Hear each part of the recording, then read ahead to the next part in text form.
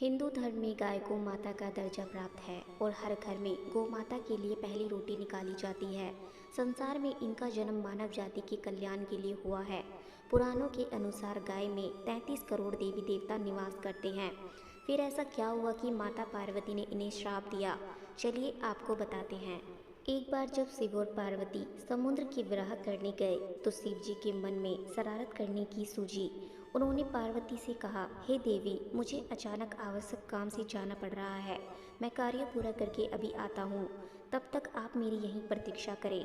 दरअसल शिवजी माता पार्वती को परेशान करना चाहते थे। शिवजी की बात मानकर देवी पार्वती अकेले ही तट पर बैठकर उनकी प्रतीक्षा करने लगी।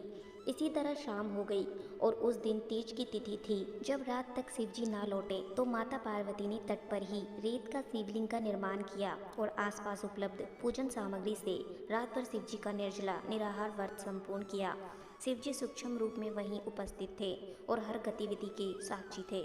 सुबह होने पर पार्वती ने समुद्र में रेत के शिवलिंग और पूजन सामग्री का विसर्जन कर दिया। इसकी थोड़ी ही देर बाद शिवजी प्रकट हो गए और बोलने लगे कि देवी पार्वती, आपने कल तीज की तिथि में मेरी पूजा नहीं की। पार्वती जी ने कहा, मैंने पूजा की है और अभी सामग्री विसर्जित की है। शिवजी अभी भी पार्वती के साथ और ठिठोली करना चाहते थे। उन्होंने कहा कि पार्वती, मुझे तो पूजा का कोई चिन्ह दिखाई नहीं दे रहा है। अगर आपने पूजा की है तो प्रमाण दीजिए। माता पार्वती भी समझ चुकी थी कि भगवान शिव उन्हें जानबूझकर सता रहे हैं, क्योंकि जो जगत की हर घटना का साक्षी है उसे प्रमाण की क्या जरूरत है। देवी पार्वती भी इस हंसी मजाक का भरपूर आनंद ले रही थी।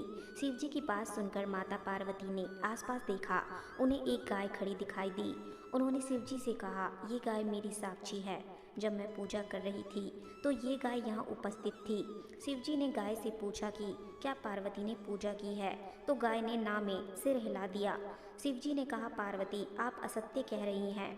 गाय ने आपकी गवाही नहीं दी। शिवजी के सामने स्वयं का आक्रोश झूठा साबित होना पार्वती सहन नहीं कर पाई और क्रोध में आकर उन्होंने उसी समय गाय को श्राप दे दिया। माता पार्वती ने श्राप देते हुए कहा कि तू दिव्य जन्मा है, तू जगत कल्याण के लिए प्रकट हुई है, इसलिए जनहित के लिए तेरे गुण यथावत रहेंगे। किंतु जिस मुंह से तूने झूठी गवाही दी है उसे दंड भुगतना होगा।